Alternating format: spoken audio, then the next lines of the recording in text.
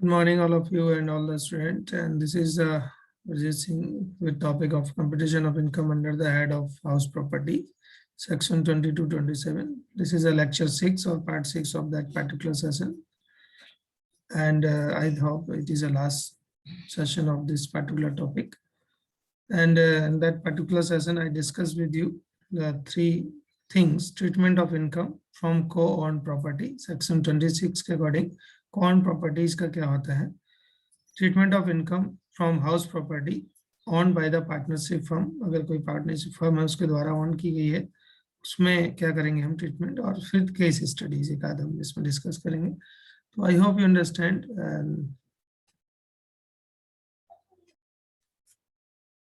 तो this is a treatment of income from को on property section 26. क्या होता है, इसका क्या करते हैं, तो यहाँ पर हम जो को ऑन यानी कि दो लोगों के द्वारा ली गई प्रॉपर्टी हो या है ना, तो उसमें क्या कर सकते हैं. यहाँ पहली कंडीशन है where property is owned by 2 or more person, दो या दो से अधिक लोग अगर कोई प्रॉपर्टी खरीदते हैं, वो shares are definitely and ascertained. ठीक है, डिफाइन होने चाहिए उनके शेयर और असर्टेन्ड. तो then the share of each owner in the income of house in the property will be taxed. तो जिस शेयर में उनका प्रॉपर्टी में शेयर होगा उसी शेयर में उनका जो इनकम है वो भी टैक्स्ड होगी to his individual according to the nature of occupancy, जितना उसने ऑक्यूपाइड किया हुआ है. If the property is self occupied, अगर उन्होंने खुद ही वो प्रॉपर्टी को रखा हुआ है, then the part of self occupancy is applicable to each co owner. ठीक है, वो भी को ओनर के रूप में ही इंडिविजुअली उसको एप्लीकेबल होगा. And they are entitled to direction under section 24 independently, और दोनों लोग 24 के अकॉर्डिंगली इंडिपेंडेंटली इसको सेक्शन 24 की डायरेक्शन के लिए एप्लीकेबल हो सकता है. दूसरी जो कंडीशन है वो है where property is owned by 2 or more person, दो से अधिक whose share are not defined, अगर शेयर डिफाइंड नहीं है तो income from house property will be determined and charge to tax in the capacity of AOP. ठीक है, तो जो भी आर्टिकल ऑफ पार्टनरशिप जो है अगर हम बात करें तो वहाँ पर जो भी आपके पास डिफरेंटली जो बना होगा या जो रूल्स हैं एक्चुअल रेंट का जो है ऑक्यूपेंसी रेंट का, तो उसमें हमें देखना पड़ेगा, तो उनको हम यहाँ पर चेक कर सकते हैं. ठीक है, दूसरा जो पॉइंट था वो था treatment of income from house property owned by A partnership firm. अगर कोई प्रॉपर्टी ली गई है और वो पार्टनरशिप फर्म के द्वारा ली गई है, ठीक है, वहाँ तो को-ओनर की बात हो रही थी, लेकिन यहाँ क्या है, पार्टनरशिप फर्म, बिजनेस की बात हो रही है. तो where an immovable property or the properties is included in the assets of a firm, the income from such property should be assessed in the hands of firm only.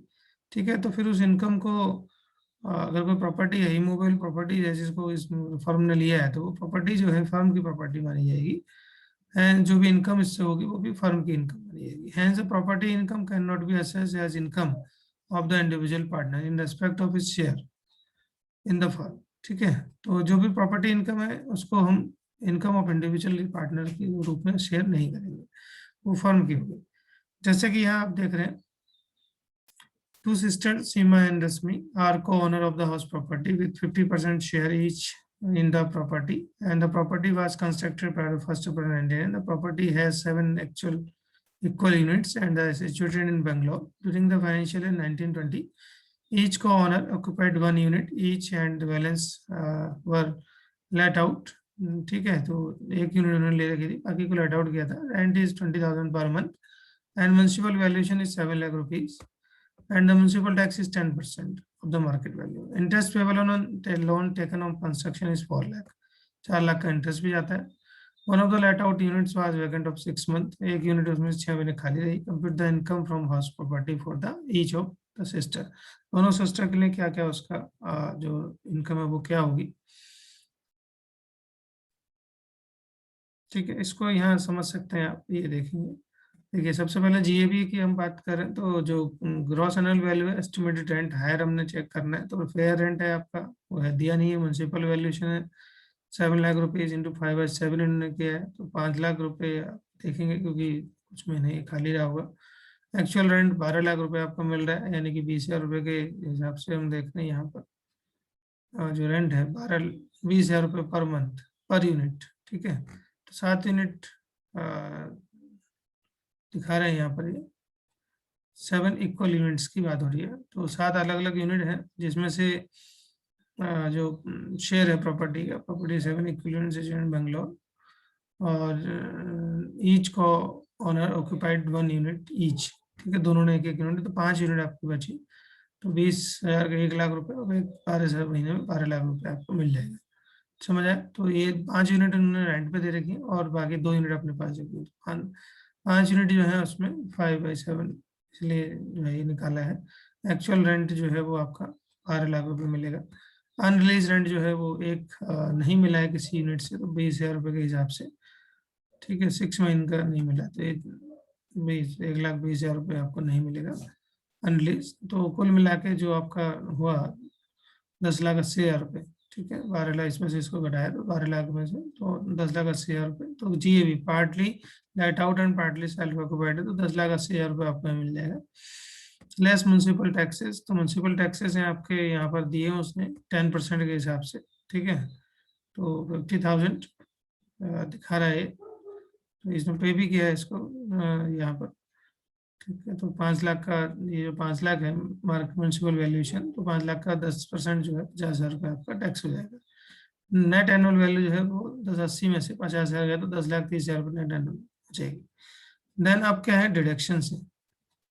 Deduction section 24 में आती है। 30% of NAV, NAV जो है आपकी ये है 10,30,000, इसका 30% 3,09,000 रुपये आपका आएगा। इंटरेस्ट ऑन बोरोड कैपिटल है 4 लाख दे रखे इन्होंने, बट 5/7 निकालेंगे क्योंकि 5 ही यूनिट है, तो 2,85,714 रुपये, बाकी 2 यूनिट उनके पास है। तो ये 10 लाख इसमें से ये इसको घटाया तो 5 लाख ये घट जाएगा, 5,94,714 रुपये। 10 में से 5,94,000 यदि घटा के आपको मिलेगा इनकम फ्रॉम हाउस प्रॉपर्टी 4,35,286 रुपये। ठीक है, शेयर ऑफ को ओनर की अगर हम बात करें 2,17,643 रुपये आपको यहाँ जो है मिलेगा, तो आधा आधा हो जाएगा दोनों का। फिर loan, loss from house property self option, self occupied portion में 30,000 रुपये का है, तो इसमें से इसको घटा देंगे तो 1,87,000 रुपये। तो income from house property for each को वो ऑनर। ठीक है, तो इसका जो 1,87,000 रुपये दोनों को 1,87,000 रुपये 643 रुपये जो है दोनों की इनकम मानी जाएगी individually.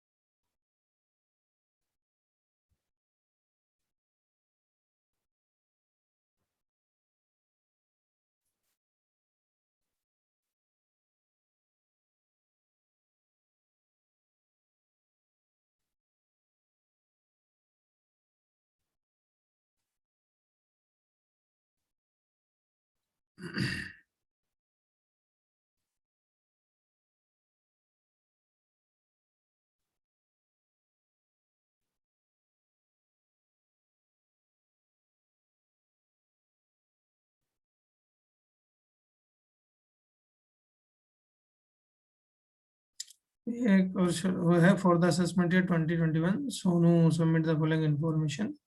Income from business speculative है, इसका 40,000 रुपये बिजनेस की इनकम है।